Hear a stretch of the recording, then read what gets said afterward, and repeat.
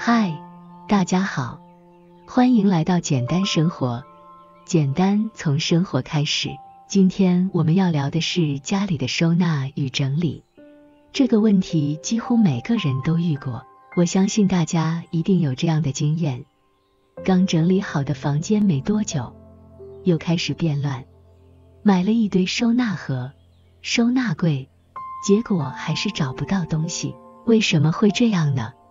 因为我们缺少一个真正能够长期维持整洁的分类系统。今天我要和大家分享5个超简单但超有效的分类法，让你不需要花大钱买一堆收纳用品，也不用每个礼拜都在大扫除，就能让家里维持干净、整洁，而且东西永远都找得到。这些方法适用于任何空间，无论是小套房、大房子，还是家庭、办公室，都能让你的生活变得更有条理。我们现在就来看看这5个分类法吧。第一类，按使用频率分类，高效利用每个空间。首先，我们先来解决一个最常见的问题，找不到东西，或者是每次要拿东西都要翻半天。其实，这个问题不是因为东西多，而是因为我们没有按照使用频率来摆放物品。这个方法的概念很简单，就是让最常用的东西放在最容易拿到的地方，而不常用的东西则放在比较不影响日常的空间里。具体来说，我们可以分成4个层级。1、每天都会用到的东西，应该放在最顺手的地方，例如桌面、开放式层架，或者抽屉的第1层。2、每周使用1到2次的东西，这些物品不需要一直摆在眼前，但也不能太难拿，建议放在腰部高度的柜子或层架上，例如衣柜的中层，厨房料理台的第2层柜子。3、1个月才用1次的东西，这些东西不需要太常拿，可以放进柜子深处、床底，或是柜子较高的地方。4、1年才用1次的东西，这类物品应该存放在家中最不影响生活的地方，例如储藏室、阁楼、顶柜。实际应用，厨房。如果你每天早上都会泡咖啡，那么咖啡机应该放在料理台上，而不是放进柜子里。相反的，不常用的烘焙工具就可以收起来。衣柜，当季的衣服挂在最容易看到的地方，过季的衣物收进真空袋，放在柜顶或床底。浴室，每天都会用的洗面乳、牙刷、毛巾摆在洗手台上，而偶尔才会用的泡澡用品可以放进浴柜里。这种分类法可以让你的家跟住你的生活习惯走，而不是让你去适应一个乱糟糟的环境。第2类，按物品类型分类，避免东西混乱。接下来，我们要解决东西有放好，但还是找不到的问题。这通常是因为不同类型的东西混在一起，导致找东西时翻得一团乱。如何操作？1、相同类型的东西放在一起，例如文具、笔、胶带、便条纸，放一个盒子；充电线、行动电源放另一个盒子。2、避免混杂区。每个家里都有一个所谓的杂物区，这通常是一个抽屉或柜子，里面放了各种不相关的东西。解决办法是使用收纳盒或小篮子，例如一个盒子专门放药品，一个盒子放修理工具。3、使用标签或颜色区分，可以用不同颜色的收纳盒来分类，例如书柜可以用蓝色盒子放工具书，红色盒子放小说。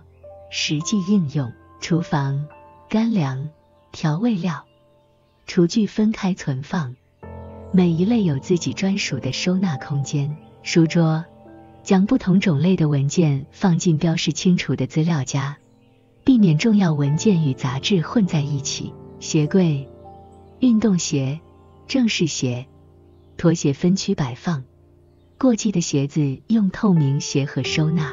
这种方法能让你一眼就知道东西在哪里，减少浪费时间找东西的困扰。第3类，按人员使用分类，让全家人都能找到东西。有时候，家里的东西变乱并不是因为你不整理，而是因为家人不知道东西的正确位置，结果每次用完后都乱放。这时候，我们可以按照人员使用来分类。如何操作？1. 每个人都有自己专属的收纳空间，例如孩子的书包区、文具区、衣柜区域。2. 共用物品放在家人都能轻松找到的地方，例如药品、遥控器、工具箱。3. 孩子的物品放低一点，方便拿取，大人的物品可以放高一些，实际应用。玄关，每个人有自己的挂钩挂包包和钥匙，避免每天都在找东西。冰箱，将不同家人的零食、饮料分开摆放，避免混淆。浴室，每个家庭成员的洗浴用品用不同颜色的小篮子存放。这个方法能让家人更有意识地整理自己的物品，减少家中混乱的情况。第4类，按存放地点分类，让家里每样物品都有归属。如果家里的东西没有固定位置，最后一定会散落在各个角落，因此每样东西都要有一个家，这样才不会东一个西一个，到处都是杂物。如何操作？1. 每样东西都有固定位置，用完后务必放回原位。2. 使用垂直收纳，如墙面挂钩、门后收纳。3. 小物件应该有专门的收纳盒，实际应用。客厅，遥控器有固定的盒子，报纸杂志有专属的收纳架。衣柜，内衣、袜子、小配件用抽屉分隔和收纳。办公区，文件、笔电充电器、耳机有固定存放位置。第5类，按时效性分类，避免囤积，维持新鲜感。最后一个分类法是要解决囤积问题。我们要定期检查家中的物品，确保不必要的东西不会占据空间。如何操作？1. 设定丢弃期限。2. 使用先进先出原则。3. 定期检视物品。刚才我们已经分享了5个超实用的分类法，从使用频率分类、物品类型分类、人员使用分类、存放地点分类到时效性分类。这些方法不仅帮助你整理家中的物品，更能让你轻松维持整洁的环境，避免反复整理又反复变乱的困扰。接下来我们要深入探讨这5种分类法如何在日常生活中具体应用，以及如何进一步提升整理效率，让整洁变成一种长久的习惯，而不是一次性的大扫除行动。此外，我们也会分享一些常见的整理错误，帮助大家避免掉入整理陷阱，让家中真正达到整洁且高效的生活方式。进阶应用1，如何让整理变得轻松？很多人觉得整理家里是一件很累的事情，原因往往是一次性整理太多，太累人，结果没多久又乱了。这里分享几个让整理变轻松的方法。1. 采用5分钟整理法，每天维持整洁。如果你觉得整理很累，那么每天花5分钟来维持整洁，就能减少大量的累积杂乱。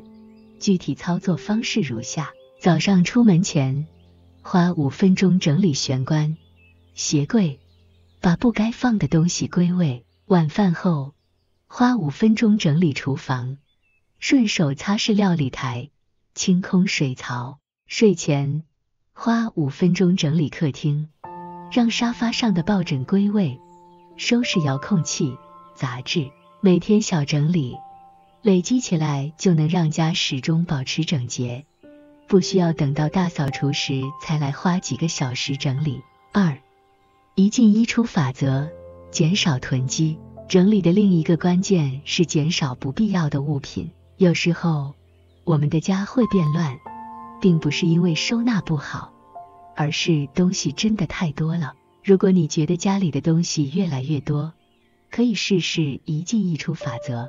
新东西进来，就要淘汰旧东西。例如买了一件新衣服，那么衣柜里就应该丢掉或捐出一件不再穿的衣服。用10秒法则判断东西要不要留。如果你拿起一样物品，犹豫超过10秒还是说不出它的用途，那就代表这个东西其实没有存在的必要，可以舍弃。这种方法可以确保你的家不会一直累积用不到的杂物，让家保持清爽、干净。进阶应用2：如何让全家人一起维持整洁？有时候，家里变乱并不是因为你不整理，而是家人习惯不好。这时候，最好的方法就是让每个人都参与整理，并且让他们愿意主动维持整洁。这里有几个方法。